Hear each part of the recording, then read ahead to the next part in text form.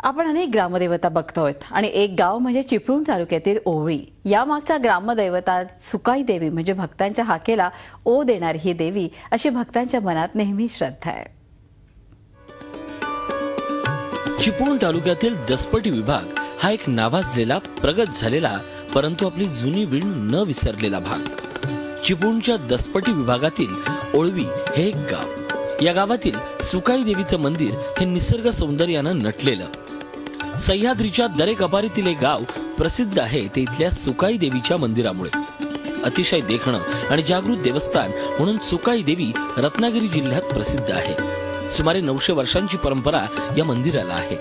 पूर्वी कातळाचा असणाऱ्या या मंदिराचा जीर्णोद्धार गेल्या काही वर्षात करण्यात आलाय. मंदिराच्या चारही बाजूनं दाट जंगली झाडं आणि मध्येच हे मंदिर वसलेलं आहे. आज दूरवरून हे मंदिर पाहण्यासाठी मोठ्या प्रमाणात भाविक या गावाला भेट देतात.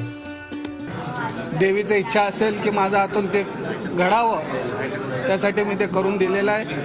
आणि मला हे करून देण्यासाठी ग्रामस्थांनी जे मदत केली, जे परमिशन दिली, त्यासाठी मी ग्रामस्थ, मंदिरातले प्रत्येक ट्रस्टी आणि कमिटीतले सगळे मेंबर्स सगळ्यांचं मी आभार मानतो.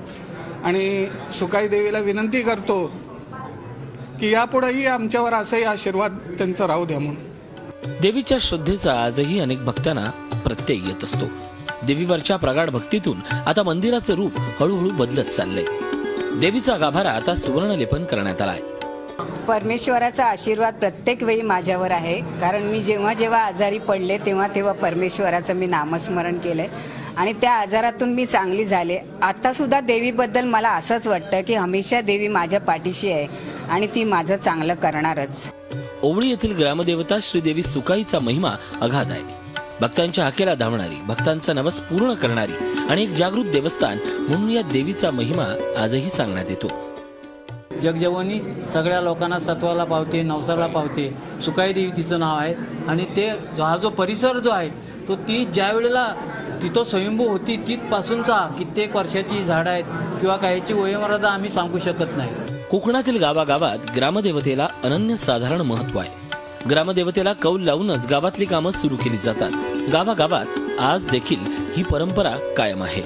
म्हणूनच कोकणातील ग्रामजीवन आजच्या काळात टिकून आहे. प्रणव पोळेकर, झी मीडिया, रत्नागिरी.